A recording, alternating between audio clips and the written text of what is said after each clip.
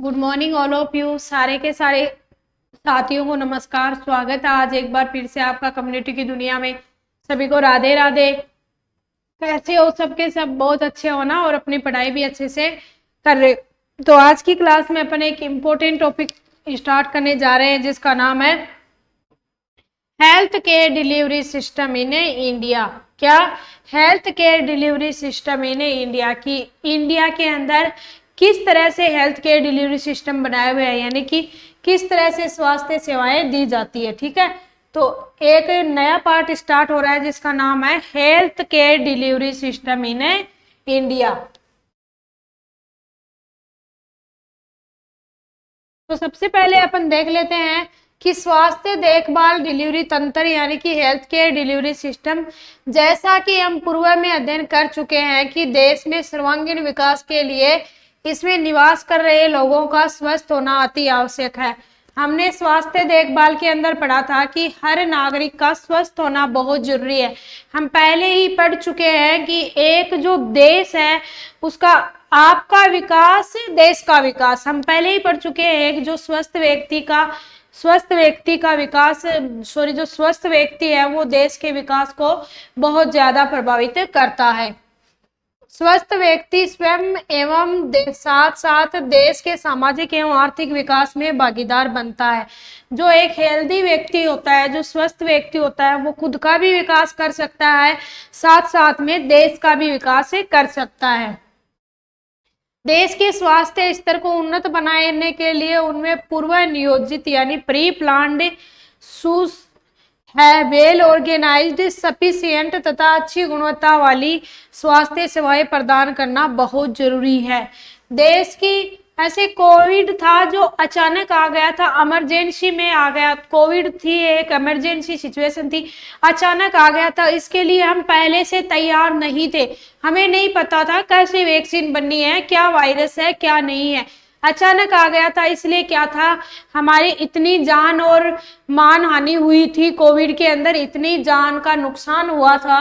लेकिन ये क्या बोल रहे हैं कि किसी भी बीमारी के लिए हमें प्री प्लानिंग करके रखनी चाहिए, पहले से ही हमें प्री प्लान रहना चाहिए, पहले से ही हमें तैयार रहना चाहिए कि ये बीमारी ऐसे हो सकती है, इसका ऐसे ट्रीटमेंट किया जाना चाहिए।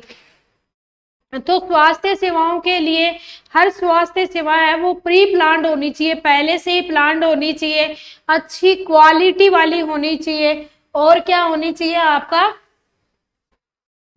वेल ऑर्गेनाइज्ड तरीके से, ऐसे बिखरी इधर उधर ऐसे तरीके से वेल ऑर्गेनाइज्ड सेवा। हेल्थ केयर डिलीवरी है, हेल्थ केयर वाली वो health care delivery well organised होनी चाहिए, प्री प्लान्ड होनी चाहिए और क्वालिटी वाली होनी चाहिए। सेवाएं प्रदान करना बहुत जरूरी है। स्वास्थ्य देखभाल तंत्र हेल्थ केयर डिलीवरी सिस्टम एक ऐसा तंत्र है जो देशवासियों को उनकी आवश्यकता अनुसार यथासंभव बेहतर स्वास्थ्य सेवाएं देता है। हेल्थ केयर डिलीवरी सिस्टम क्या है भाई? हेल्थ केयर डिलीवरी सिस्टम ऐसा एक सिस्टम है जो अपने देश के लोगों को समय समय पर, जरूरत के टाइम पर, जो समय समय पे यथासंभव क्या देता है, बेहतर स्वास्थ्य सेवाएं देता है। हेल्थ केयर डिलीवरी सिस्टम क्या है, टाइम टाइम के ऊपर अपने देश के लोगों को बेहतर स्वास्थ्य सेवाएं देना ही क्या है, हेल्थ केयर डिलीवरी सिस्टम। अब स्वास्थ्य सेवाएं क्या है, इसमें आप मान लो हेल्थ केयर डिलीवरी सिस्टम की अगर अपन दूसरी तरीके से परिभाषा देखें तो हेल्थ केयर डिलीवरी सिस्टम जो है वो यथासंभव तरीके से लोगों को प्रोमोटिव, प्रिवेंटिव, क्यूरेटिव, रिहेबिलिटेशन जो केयर देना ही क्या कहलाता है, आपका हेल्थ केयर डिलीवरी सिस्टम कहलाता है। प्रभावी स्वास्थ्य देखभाल effective health care delivery system. प्रभावी स्वास्थ्य देखभाल की निम्न विशेषताएं होती है। आप कैसे मानोगे कि आपके देश के अंदर जो हेल्थ केयर डिलीवरी सिस्टम बनाया हुआ है वो इफेक्टिव है या फिर नहीं है? अपने को कैसे पता चलेगा कि अपने देश के अंदर जो हेल्थ केयर डिलीवरी सिस्टम हमने बना रखा है वो इफेक्टिव है या फिर नहीं है? उसके लिए ये पॉइंट होने जरूरी है। यह प्रदान की जाने वाली स्वास्थ्य सेवाओं का समान बंटवारा सुनिश्चित करता है, अर्थात इसके अंतर्गत प्रदान की जाने वाली स्वास्थ्य सेवाएं नगरीय एवं शहरी क्षेत्रों, ग्रामीण एवं दूरवर्ती क्षेत्रों में लोगों रहते हुए लोगों के लिए समान रूप से उपलब्ध होती है। जो आपकी बेहतर स्वास्थ्य सेवा के लिए एक तो ये होना चाहिए कि हर गांव हर डाणी तक वो स्वास्थ्य सेवा क्या है पहुंचनी चाहिए। ऐसे नहीं है कि सिर्फ शहरों के अंदर ही हेल्थ केयर डिलीवरी सिस्टम बना रखे हैं, गांवों के अंदर कोई हॉस्पिटल ही नहीं है। भाई अगर गांवों के अंदर बड़े हॉस्पिटल नहीं बना सकते तो कम से कम सब सेंटर तो बनाओ, पीएचसी तो बनाओ। अगर डिस्ट्रिक्ट हॉस्पिटल तो आपको पता है गांव में रीजनल हॉस्पिटल ये सब थोड़ी हो सकते हैं, लेकिन कम से कम सब सेंटर पीएचसी तो बनाओ आप लोगों को उपलब्ध करवाने के लिए। इसलिए हर आपको पता है हर गांव और हर डाणी तक पहुंचनी चाहिए आपकी स्वास्थ्य सेवा। ऐसे नहीं है कि सिर्फ शहरों के लोगों तक ही आप स्वास्थ्य सेवा दे रहे हो, स्वास्थ्य सेवा हर लोगों तक पहुंचनी चाहिए। और यह स्वास्थ्य सेवाओं के क्रियान्वयन में धर्म, जाति, लिंग, सामाजिक, आर्थिक स्तर, राजनीतिक स्तर के नाम पर किसी भी प्रकार का भेदभाव नहीं होना चाहिए। हालांकि इस दौरान अधिक आवश्यकता पड़ने वाले लोगों को प्राथमिकता दी जाती है। और क्या बोल रहा है, सबको सम्मान बंटवारा होना चाहिए। किसी भी धर्म के आधार पे, जाति के आधार पे, लिंग के आधार पे, पॉलिटिकल पार्टी के आधार पे कोई भेदभाव नहीं होना चाहिए। बीजेपी की गवर्नमेंट चल रही है तो जहां पे बीजेपी की सरकार है वहां पे हेल्थ सेवाएं ज्यादा, हेल्थ केयर डिलीवरी सिस्टम ज्यादा बना दिए। कांग्रेस की सरकार चल रही है तो जहां पे कांग्रेस के लोग हैं वहां पे क्या बना दिया, ज्यादा हेल्थ केयर डिलीवरी सिस्टम बना दिया। सपा की सेवा चल रही है, आम आदमी पार्टी की चल रही है सरकार तो उन्होंने अपने पार्टी वालों को ज्यादा सेवाएं दे दी। ऐसा नहीं होना चाहिए। आपको क्या है, जितना हो सके हर आदमी को समान रूप से बंटवारा होना चाहिए। किसी भी बात के ऊपर हेल्थ केयर डिलीवरी सिस्टम के अंदर भेदभाव नहीं होना चाहिए। और यह स्वास्थ्य सेवाओं का पर्याप्त अच्छी गुणवत्ता तथा आधुनिकतम तकनीकों पर आधारित होती है। और जो आप स्वास्थ्य सेवा दे रहे हो वो पर्याप्त मात्रा में होनी चाहिए, क्वालिटी की होनी चाहिए। और जो नई नई टेक्नोलॉजी चल रही है उनको भी आपको यूज में लेना चाहिए।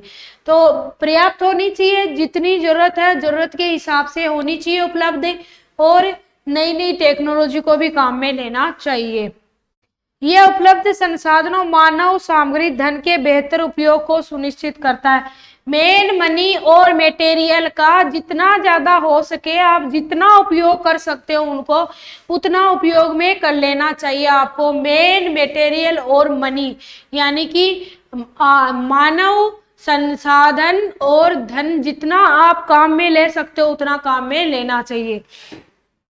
यह प्रदान की जा रही स्वास्थ्य देखभाल का समय समय पर मूल्यांकन होना चाहिए तथा उसके फेरबदल को भी सुनिश्चित करें। ऐसे नहीं है कि आपने कोई स्वास्थ्य सेवा चला दी और आप कोई योजना चला दी, चला के बस भूल गए, बस योजना चल रही है, पूछते हैं क्या हो रहा है, योजना चल रही है, क्या हो रहा है, योजना चल रही है। अरे भाई कैसी चल रही है, अच्छी चल रही है, बुरी चल रही है, ठीक चल रही है, ठाक चल रही है, एवरेज चल रही है, मूल्यांकन तो करो उस चीज का। यानी कि आपको क्या है, टाइम टाइम के ऊपर जो स्वास्थ्य सेवा चला रही है, जो केयर आप दे रहे हो उसका टाइम टाइम पे मूल्यांकन, इवैल्यूएशन होना जरूरी होता है। इवैल्यूएशन करके आपको पता चला हाँ हमने ये गलती की तो उस गलती को सुधारना भी क्या होना चाहिए।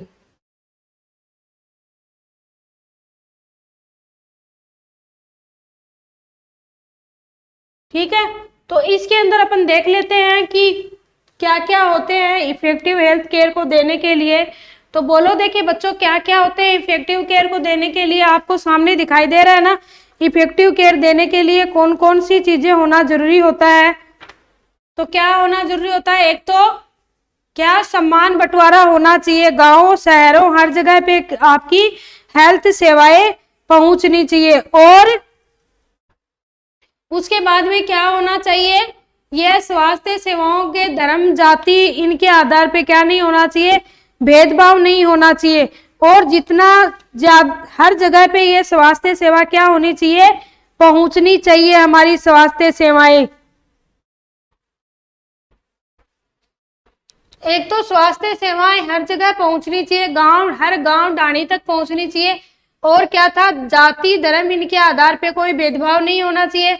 स्वास्थ्य सेवाएं जो हैं वो अच्छी क्वालिटी की होनी चाहिए और पर्याप्त होनी चाहिए।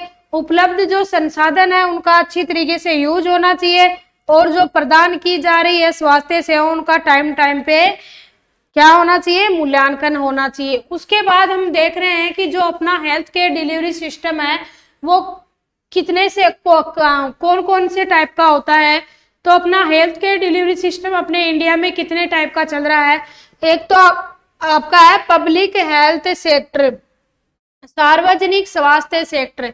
एक आपका है निजी स्वास्थ्य सेंटर यानी कि प्राइवेट हेल्थ सेक्टर, और स्वैच्छिक स्वास्थ्य एजेंसीज, वॉलेंट्री हेल्थ एजेंसीज। सबसे पहला तो क्या है, सार्वजनिक स्वास्थ्य sector, public health sector,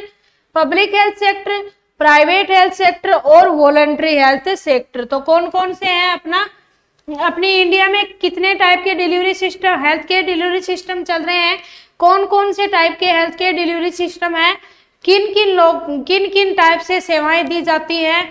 government के द्वारा भी सेवाएं दी जाती है, आपके प्राइवेट संस्थानों के द्वारा भी सेवाएं दी जाती है हेल्थ की, और वॉलेंट्री हेल्थ एजेंसीज के द्वारा भी दी जाती है। तो कौन कौन से हो गए, पब्लिक, प्राइवेट और वॉलेंट्री। ठीक है। उसके बाद में सबसे पहला अपना कौन सा है, सार्वजनिक स्वास्थ्य सेक्टर यानी कि पब्लिक हेल्थ सेक्टर। सबसे पहला अपन ने क्या देखा था, पब्लिक हेल्थ सेक्टर क्या होता है। तो पब्लिक हेल्थ सेक्टर का मतलब इसे सरकारी स्वास्थ्य सेक्टर भी कहते हैं। पब्लिक हेल्थ जो सेक्टर है पूरी पब्लिक के लिए जो बनाया जाता है वो कैसा होता है, गवर्नमेंट के द्वारा बनाया जाता है। आप सब अच्छी तरीके से जानते हो पब्लिक हेल्थ सेक्टर क्या होता है, गवर्नमेंट के द्वारा चलाया जाने वाला हेल्थ केयर डिलीवरी सिस्टम होता है। गवर्नमेंट के द्वारा जो सेवाएं दी जाती है, गवर्नमेंट के द्वारा जो हेल्थ केयर सिस्टम चलाया जाता है वो क्या होता है, पब्लिक हेल्थ सेक्टर के अंदर आता है। इसके अंतर्गत शहरी तथा ग्रामीण क्षेत्रों में सरकारी अस्पतालों एवं स्वास्थ्य केंद्रों द्वारा प्रदान की जाने वाली स्वास्थ्य देखभाल आती है। इसके अंदर क्या आता है, शहरों के अंदर कौन सी स्वास्थ्य सेवा दी जा रही है, गांवों के अंदर गवर्नमेंट के द्वारा कौन सी स्वास्थ्य सेवाएं दी जा रही है, वो इनके अंदर आती है। कि भाई ग्रामीण क्षेत्र के ऊपर जैसे सब सेंटर पीएचसी चलाए जा रहे हैं गवर्नमेंट के द्वारा, शहरों के अंदर जैसे ब्लॉक सीएचसी हो गया, आपका डिस्ट्रिक्ट हॉस्पिटल हो गया, ये सब जो गवर्नमेंट के द्वारा जो हेल्थ सेक्टर, हेल्थ सिस्टम चलाए जा रहे हैं वो किसके अंदर आते हैं, आपके पब्लिक हेल्थ सेक्टर के अंदर आते हैं। और इन सभी अस्पतालों एवं स्वास्थ्य केंद्रों का रख रखाव एवं सभी संसाधन जैसे स्वास्थ्य कर्मी, यहाँ पे काम करने वाले एम्प्लॉय हो गए, इनमें कोई इक्विपमेंट चाहिए, धन आदि जुटाने का कार्य सरकार द्वारा किया जाता है। इसके अंदर जो एम्प्लॉय काम कर रहे हैं, आप स्टाफ प्रोवाइड करवाने का काम, यहाँ पे कितनी मनी चाहिए, क्या सामग्री चाहिए, वो सब सामग्री हम दे के आते हैं क्या, नहीं, गवर्नमेंट के द्वारा दी जाती है। इन अस्पतालों एवं स्वास्थ्य केंद्रों पर आने वाले रोगियों का निदान एवं उपचार निःशुल्क अथवा कम दरों पर किया जाता है। या तो एकदम से निःशुल्क किया जाता है, बस 10 रुपए की पर्ची लगती है, या फिर बहुत कम दर के ऊपर किया जाता है। तो पब्लिक सेक्टर कौन सा हो गया, जो गवर्नमेंट के द्वारा जो स्वास्थ्य सेवा दी जाती है, चाहे आपके ग्रामीण स्तर पर हो गया चाहे शहरी स्तर पर हो गया, वो किसके अंदर आता है, आपका पब्लिक हेल्थ सेक्टर के अंदर आता है। और ये जो अस्पताल होते हैं वो इनके अंदर संसाधनों का काम, एम्प्लॉय का काम कौन देखती है, गवर्नमेंट देखती है।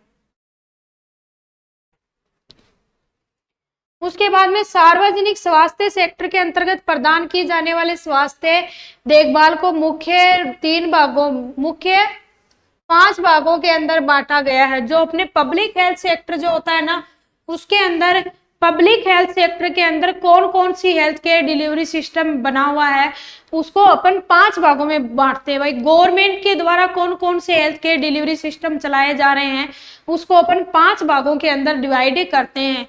गवर्नमेंट कौन कौन से हेल्थ केयर डिलीवरी सिस्टम चला रही है, अर्बन हेल्थ सर्विसेज, कौन सी, शहरी स्वास्थ्य सेवाएं, ग्रामीण स्वास्थ्य सेवाएं, स्वास्थ्य बीमा योजनाएं और अन्य एजेंसी जैसे रेलवे अस्पताल, सेना अस्पताल और आयुष सेवाएं यानी कि आयुष सर्विसेज।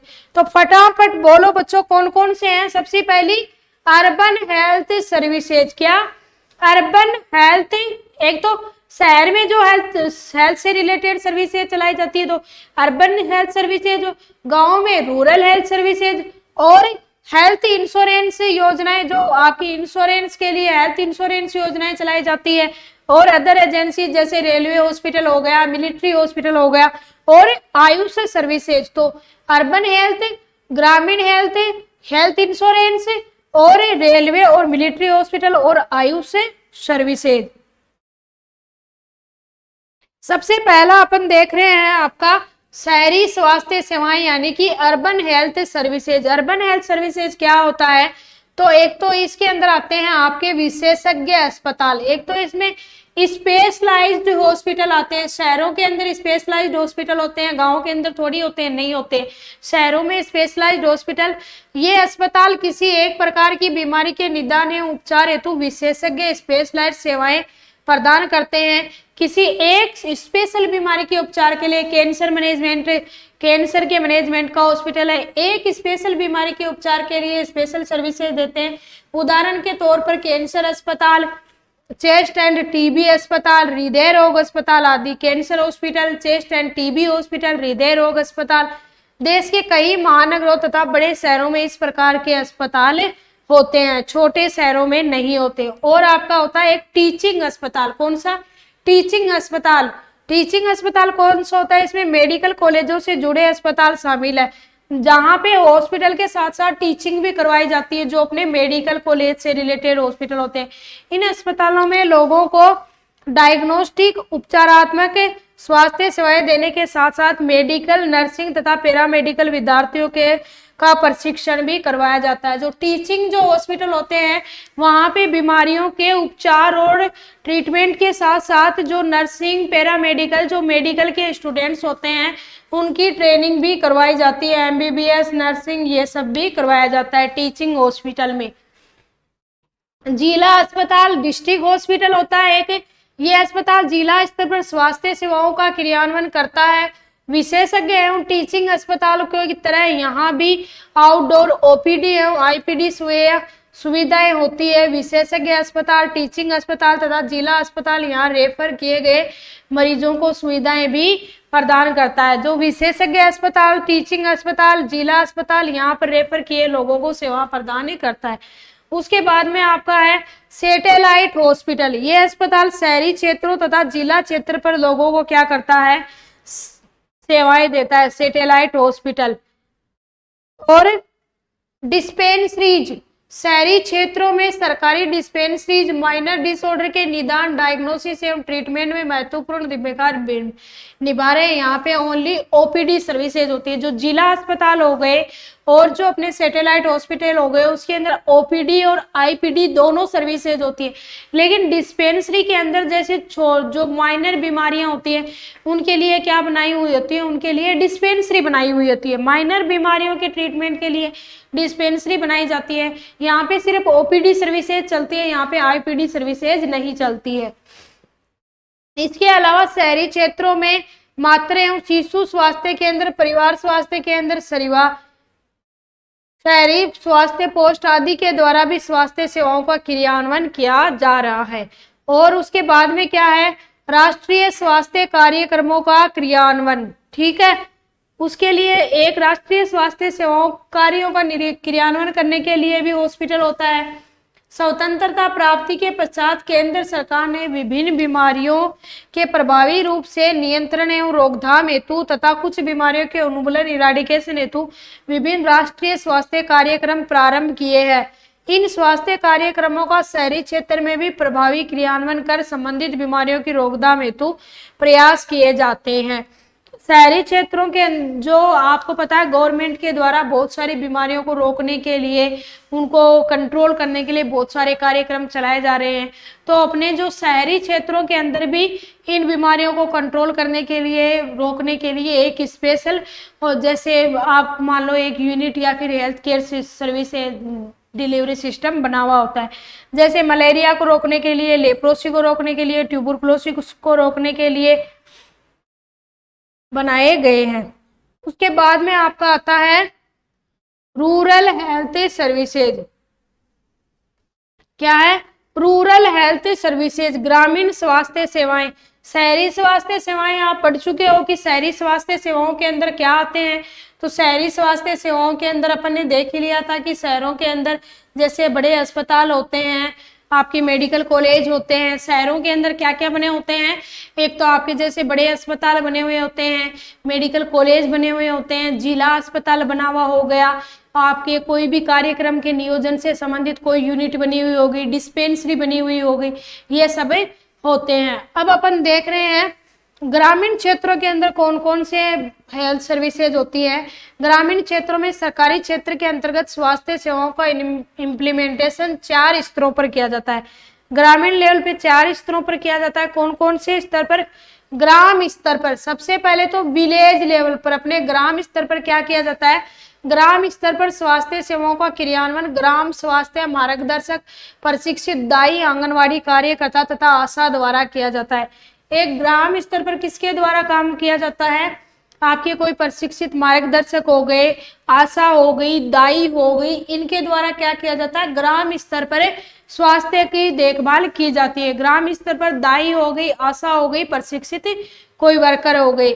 और उपकेंद्र, आपके जो उपकेंद्र यानी कि सब सेंटर के लेवल पे किसको क्या सर्विस है, सब सेंटर के लेवल पे क्या किया जाता है, उपकेंद्र पे क्या किया जाता है, एक उपकेंद्र 3000 से 5000 की जनसंख्या को कवर करता है।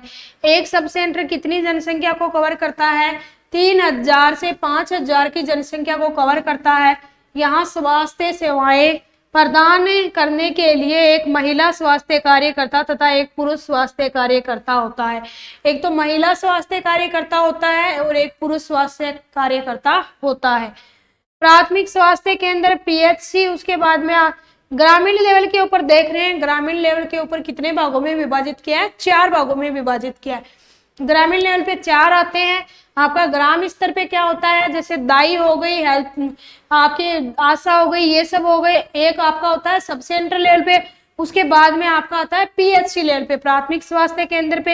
एक प्राथमिक स्वास्थ्य केंद्र लगभग 20,000 से 30,000 की जनसंख्या पे होता है। एक पीएचसी कितनी जनसंख्या पे होती है, 20,000 से 30,000 की जनसंख्या को कवर करती है। और यहाँ स्वास्थ्य सेवाओं के क्रियान्वयन हेतु मेडिकल ऑफिसर, नर्स, ग्रेड द्वितीय, महिला स्वास्थ्य कार्यकर्ता तथा पुरुष स्वास्थ्य कार्यकर्ता, फार्मासिस्ट, लैब टेक्नीशियन, ये सब होते हैं। पीएचसी के ऊपर आप सब जानते हो, पीएचसी के ऊपर एमओ भी होता है, सेकंड ग्रेड नर्स भी होता है, मेल नर्स भी होता है, फीमेल नर्स भी होता है, फार्मासिस्ट भी होता है, लेबोरेटरी टेक्नीशियन भी होता है। और सामुदायिक स्वास्थ्य केंद्र यानी कि सीएचसी लेवल के ऊपर 4 भागों में था ना, सब सेंटर, पीएचसी, सीएचसी और ग्राम लेवल पे। तो एक सामुदायिक स्वास्थ्य केंद्र 80,000 से 1,20,000 की जनसंख्या को कवर करता है।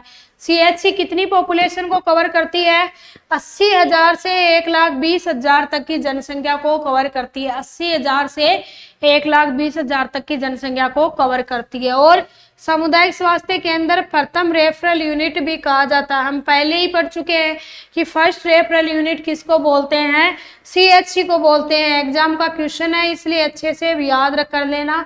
फर्स्ट रेफरल यूनिट किसको बोलते हैं, सीएचसी को बोलते हैं। सबसे पहले रेफर कहाँ किया जाता है, सीएचसी के ऊपर किया जाता है। बेहतर स्वास्थ्य सेवाओं के क्रियान्वयन सुनिश्चित करने के लिए विशेषज्ञ चिकित्सक, नर्स ग्रेड द्वितीय, लैब टेक्नीशियन, रेडियोग्राफर, फार्मासिस्ट भी होते हैं। यहाँ पे जो आपका पीएचसी होता है उस पे तो नॉर्मल मेडिकल ऑफिसर होते हैं, जैसे कि आपका नॉर्मल जनरल फिजिशियन होता है। लेकिन जो सब सीएचसी होती है उसके ऊपर विशेषज्ञ भी होते हैं, जैसे स्पेशलिस्ट डॉक्टर भी होते हैं। उसके साथ साथ आपका radiographer, pharmacist, LT, nurse grade द्वितीय, ये सब तो होते ही हैं। उपकेंद्र प्राथमिक स्वास्थ्य केंद्र और सामुदायिक स्वास्थ्य केंद्र के आगे अपन आगे आने वाले चैप्टर के अंदर अध्ययन करेंगे। और उसके बाद में अगला अपना है स्वास्थ्य बीमा योजना, हेल्थ इंश्योरेंस स्कीम। क्या है, हेल्थ इंश्योरेंस स्कीम।